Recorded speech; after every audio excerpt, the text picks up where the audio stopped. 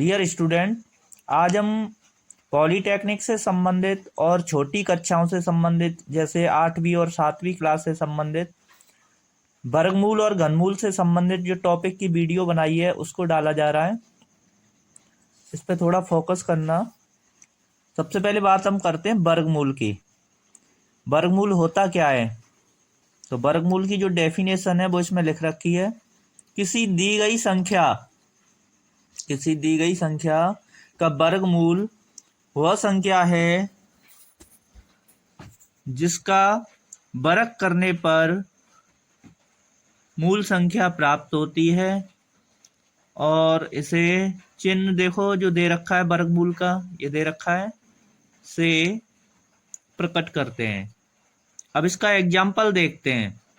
जैसे संख्या है हमारी 36 का जो वर्गमूल है, तो 36 पे हमने वर्गमूल का चिन्ह लगाया और वर्गमूल इसका हो जाता है 6। तो अब इसका एक्सप्लेनेशन करते हैं, स्पष्टीकरण।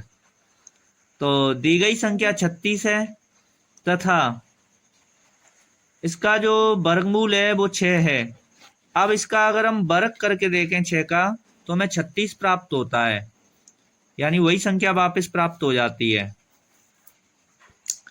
अब वर्गमूल ज्ञात करने की जो विधियां हैं उनके बारे में समझते हैं। तो वर्गमूल ज्ञात करने की हमें 2 विधियां अभी तक ज्ञात हैं।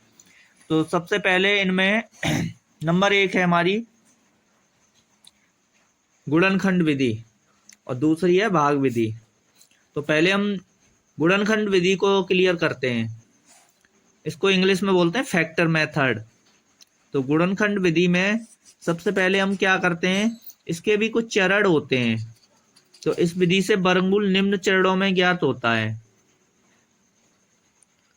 तो पहला जो स्टेप है, यानी पहला चरण है इसमें, उसमें क्या करते हैं, संख्या के अभाज्य गुणनखंड ज्ञात करते हैं।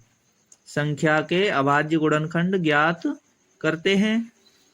और जो दूसरा स्टेप है, समान गुणनखंडों के जोड़े बनाते हैं। समान गुणनखंडों के जोड़े बनाते हैं। और तीसरा जो स्टेप है, उसमें प्रत्येक जोड़े से एक एक गुणनखंड को लेते हैं और उनका गुणनफल ज्ञात करते हैं। गुणनफल ज्ञात करने से जो हमें रिजल्ट प्राप्त होता है वह संख्या का वर्गमूल होगा। अब इसका एक एग्जाम्पल लेते हैं। जैसे वर्गमूल 18,222 सॉल्व करना है हमें। तो इसके देखो, सबसे पहले हमने फैक्टर कर लिए गुणनखंड। तो सबसे पहले अभाज्य गुणनखंड ही करने हमें। तो इसमें 2 से भाग नहीं जा रहा है तो 3 से किया। तो 3 से भाग कर रहे हैं, तो सबसे पहले आया 6075। उसके बाद दोबारा पुनः 3 से भाग कर रहे हैं इसको। फिर ये रिजल्ट आ रहा है इसका 2025, और फिर से 3 से भाग कर रहे हैं इसको। फिर रिजल्ट आ रहा है हमारा 675, और फिर 3 से भाग कर रहे हैं इसको, तो 225 आता है रिजल्ट। 225 को फिर 3 से भाग करते हैं तो ये 75 आता है, और फिर 3 से 75 को भाग करते हैं तो 25 आता है, और 25 को 5 से भाग करते हैं, 25 को 5 से भाग करते हैं तो 5 आता है। अब 5 को 5 से भाग करते हैं तो 1 आता है। यानी जब तक भाग करते रहते हैं जब तक हमें रिमाइंडर 1 नहीं आ जाता। अब इधर देखो जरा।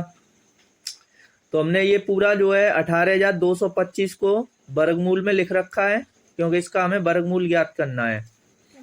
तो जो फैक्टर आए थे उन्हें लिख लिया है। उसमें से देखो, प्रत्येक जोड़े से एक एक अंक लिया है। पहले 3 × 3 है तो उसमें से 3 लिया, फिर दूसरा 3 × 3 है उसमें से 3 लिया, फिर अगला जोड़ा 3 × 3 का है उसमें से 3 लिया, और लास्ट टाइम पे जो 5 × 5 है उसमें से 1 लिया, 5।